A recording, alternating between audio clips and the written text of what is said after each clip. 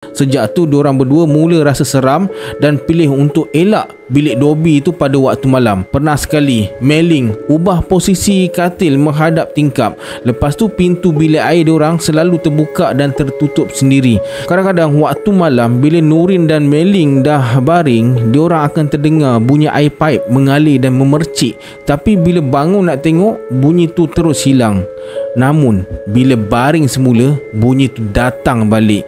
Kemudian barulah Nurin tahu, menurut kepercayaan setempat, katil yang menghadap tingkap dianggap pantang. Lepas Mei-Ling ubah semula posisi katil ke tempat asal, gangguan tu terus hilang. Tingkat 8 pun ada cerita lain. Lift yang terletak dekat dengan bilik Dobby di tingkat tu memang suka main-main dengan pelajar. Nurin pernah masuk lift tu, tekan butang, pintu tertutup, tapi lepas tu terbuka semula. Dia tekan sekali lagi, benda yang sama berlaku. Benda tu berulang beberapa kali sampailah seorang kawan perasan setiap kali butang ditekan dan pintu nak tertutup, lampu butang tu akan terpadam sendiri, macam ada seseorang tekan 2 kali untuk batalkan. Masa tu Nurin dengan kawan dia terus keluar dari lift secepat mungkin. 2 orang kawan Nurin yang duduk sebilik dekat tingkat 8, bilik 801. Satu hari tu diorang semua pergi bercuti dengan beberapa pelajar lain. Salah seorangnya bernama Eileen. Jenis dia ni setiap malam mesti online guna MSN Messenger dekat laptop.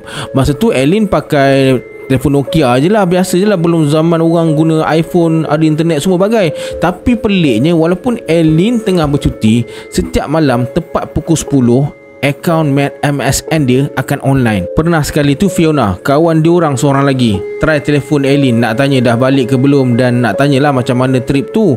Eileen cuma jawab sepatah je, penat. Lepas tu terus senyap.